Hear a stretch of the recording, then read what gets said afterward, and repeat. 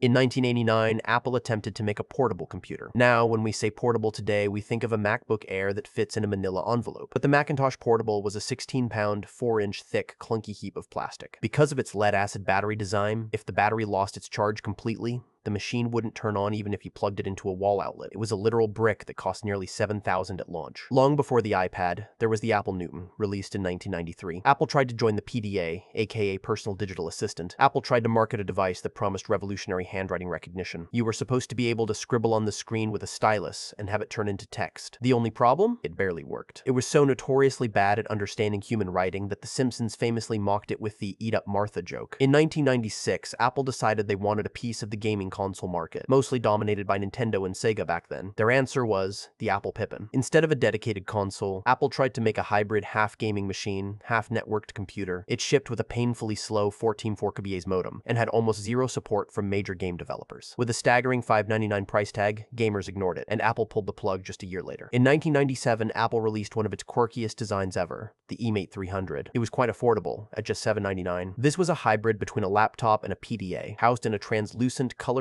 casing that would actually serve as the visual inspiration for the later iMacs. It was affordable and durable, but Apple made a fatal marketing error. They only sold it to educational institutions. By locking it away from the general public, they killed its potential. Steve Jobs killed the project only 11 months after it debuted. In 1998, Apple released the iconic iMac G3, and with it came the hockey puck mouse. While Apple loves rounded corners, this was a case of form over function gone horribly wrong. It was perfectly circular, making it impossible to tell which way the mouse was oriented by touch alone. It was small, clunky, and gave users hand cramps. It stayed in production for 2 years before Apple finally admitted that a mouse needs to actually fit a human hand. In 2004, Apple leaned hard into its partnership with Bono and U2 and released the U2 iPod. They released a special edition iPod featuring a red click wheel and the band members' signatures engraved on the back. It sounds like a collector's dream, but Apple made the odd choice to price it $50 higher than the standard iPod, which had the exact same specs. Consumers realized they were essentially paying a $50 Bono tax for a different color scheme, and the sales reflected that lack of enthusiasm. Released in 2000. The Power Mac G4 Cube is often cited as a masterpiece of industrial design, but a failure as a computer. It was a beautiful 8-inch cube suspended in clear acrylic, but it was far more expensive than the standard G4 Tower and didn't even come with a monitor. Worse yet, the clear casing was prone to developing small cracks, which Apple dismissively called mold lines. It lasted only a year on the market before being shelved as buyers favored the regular Power Mac G4 more, which also offered better hardware compatibility. To celebrate Apple's big milestone, Apple released a special edition, Macintosh, in 1997, a year after their actual anniversary. This was meant to be the height of luxury, with a $8,000 price tag that included a personal delivery by a man in a tuxedo arriving in a limousine to set it up for you. Despite the fancy delivery, the specs were average at best. Only 12,000 were made, and Apple eventually had to slash the price to $2,000 just to clear out the inventory, which still barely sold. In 1993, Apple tried to predict the smart TV revolution with the Macintosh TV. It featured a 14-inch screen and a built-in cable tuner. The massive drawback? You couldn't use the computer and watch TV at the same time. You had to switch modes entirely. At a price of over $2,000, people realized they could just buy a better computer and a separate, larger television for much less money. Released in 1983, the Lisa 1 was both a revolutionary piece of technology and a failure of a product. It was the first personal computer to offer a graphical user interface, or GUI, and a mouse. However, that innovation came at a cost of $9,995, which is over $30,000 in today's money. It was incredibly slow, underpowered for its software, and ultimately bankrupting for the division. Apple eventually ended up burying thousands of unsold Lisas in a landfill in Utah and let buyers trade them in for different machines. In 1999, Apple introduced FireWire as the high-speed successor to USB. It was technically superior and much faster for data transfer, but it had a hidden cost. Apple charged hardware manufacturers a licensing fee to use the port. Because of this, third-party companies chose to stick with the free, non-proprietary USB standard. Despite being the darling of video editors for a decade, the free market chose USB, and Apple officially retired the tech in 2011. In 2010, Apple tried to jump on the social media bandwagon with iTunes Ping. It was a social network built directly into iTunes, meant to let you see what your friends were listening to. The problem was that nobody wanted a social network inside their music store. It was plagued by spam and lacked integration with Facebook. After 2 years of silence from the user base, Apple quietly took it behind the shed. Before the modern web took over, AOL dominated internet access in the United States. In 1994, Apple launched eWorld to compete. It featured a walled garden interface where you clicked on cartoon buildings that performed different functions, like a post office, to check automatic email. Unfortunately, because of the low subscription count, expensive price tag, and only available on Macs, Apple couldn't keep it up and had to shut it down. In a world where AOL was becoming universal, Apple's private club couldn't keep the lights on, and it was shuttered by 1996. Finally, we have the Apple III released in 1980 after the success for the Apple II. However, they made a huge mistake. They gave the design team total authority over the engineers, which resulted in multiple physical faults. Steve Jobs insisted the machine had no cooling fans because he thought they were uncool and noisy. Without fans, the computer frequently overheated, causing the motherboards to warp and the chips to literally pop out of their sockets. Apple actually told customers to lift the front of the computer 2 inches and drop it to reseat the chips. It was a disaster that almost took the whole company down. Definitely comment what you guys think of these Apple products. If you enjoy these kinds of videos, make sure to subscribe, as I am planning to make more videos like this. Anyways, thank you for watching.